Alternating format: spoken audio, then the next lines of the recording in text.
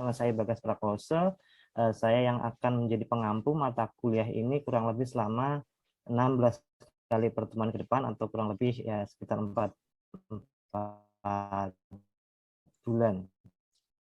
4 bulan. Bapak Ibu sekalian, jadi mata kuliah ini itu memiliki salah satu ingin dicapai setelah nantinya Bapak Ibu sekalian selesai mempelajari mata kuliah ini. Yang pertama itu adalah Bapak Ibu nanti diharapkan mampu mengidentifikasi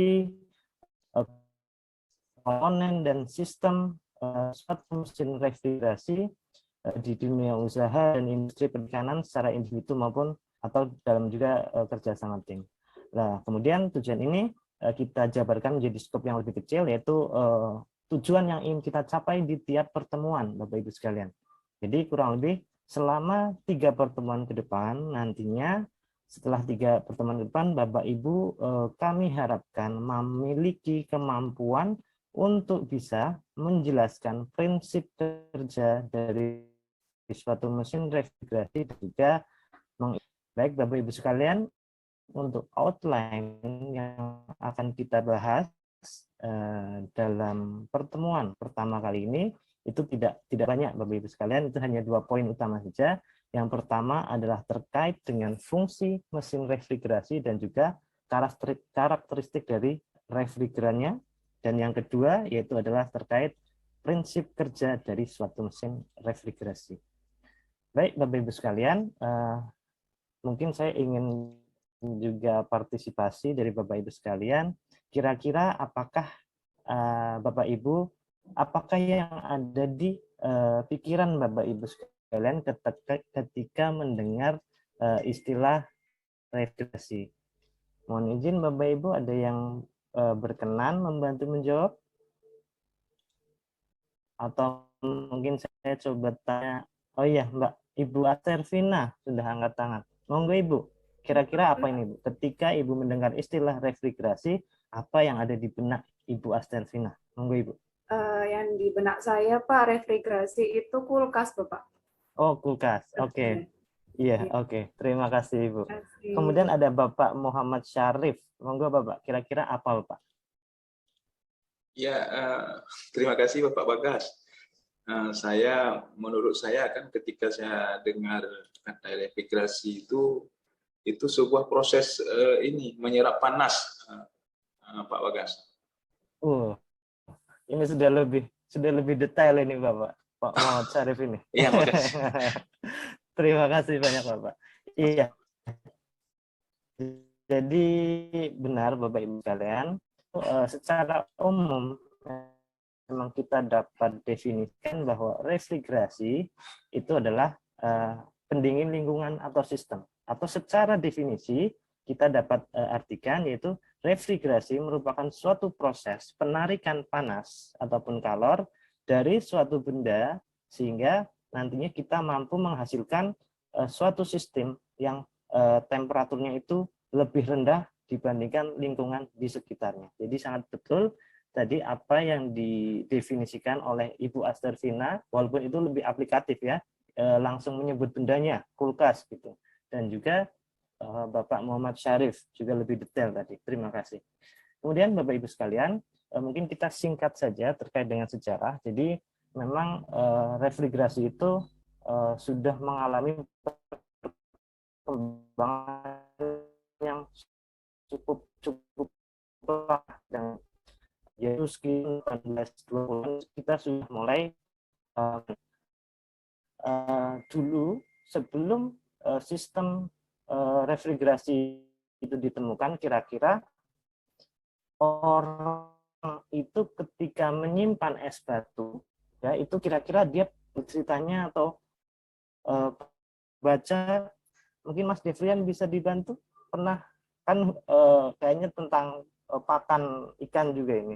Kan ini ada hubungannya dengan ikan juga ini, pendingin. Kira-kira gimana Mas Devrian? Halo Mas Devrian? Iya Pak.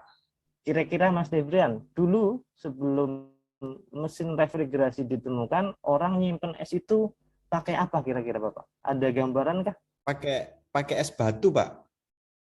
Iya, maksudnya tempat untuk menyimpan es Oh, batunya, Mas. itu Pak, coolbox Nah, Pak. Coolbox itu loh Pak. iya. Iya.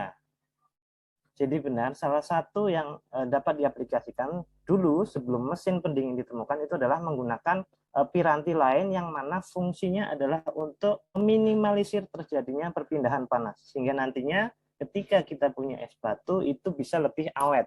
Ya, orang-orang zaman dulu bahkan menggunakan kain wool, ya, kain wool itu untuk menyimpan es batu. Karena apa? Karena kain wool ini ternyata mampu memiliki kemampuan untuk dapat meminimalisir terjadinya transfer panas, sehingga ketika kita punya es batu itu jauh lebih awet. Itu juga terjadi di Indonesia dulu ketika pertama kali es batu masuk ke Indonesia sekitar tahun 1840, itu juga untuk menyimpannya kita menggunakan kain wool.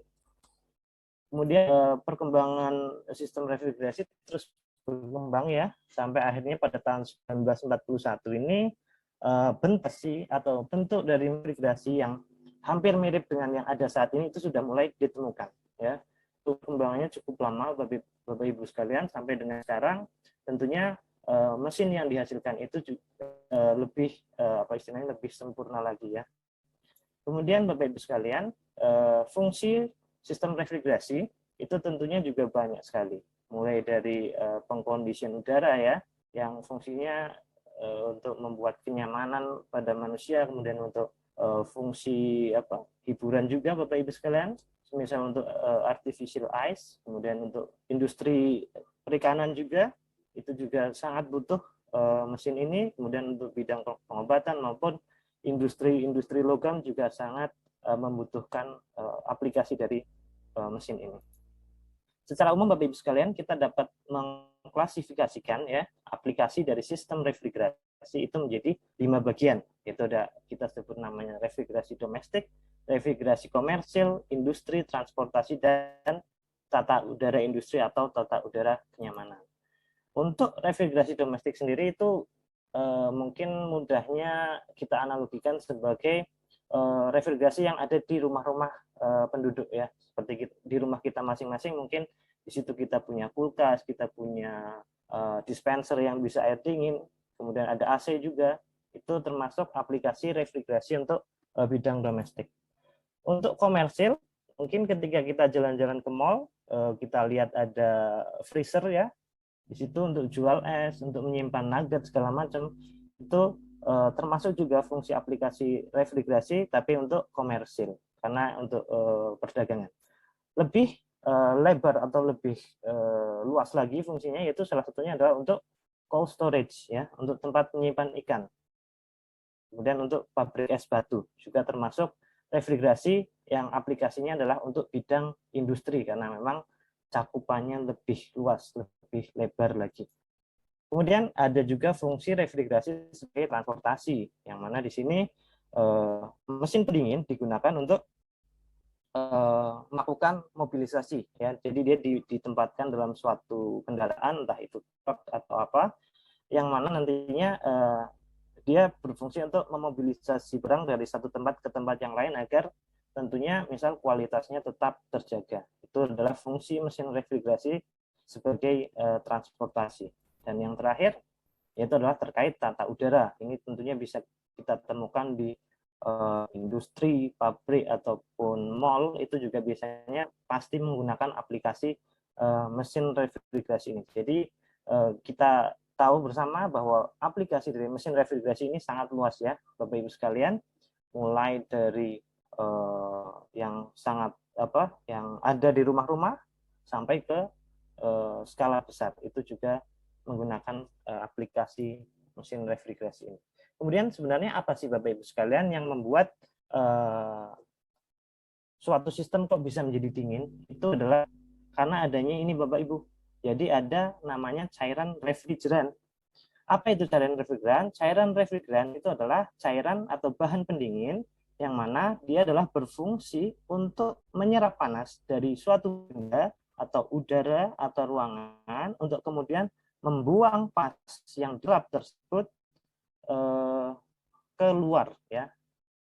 Dan umumnya ini dilakukan dengan cara mengubah fasa. Otomatis Bapak Ibu ketika cairan refrigeran ini menyerap panas, ya, ibaratnya seperti kita merebus air, ketika dia kena panas, maka lama-kelamaan dia akan menguap.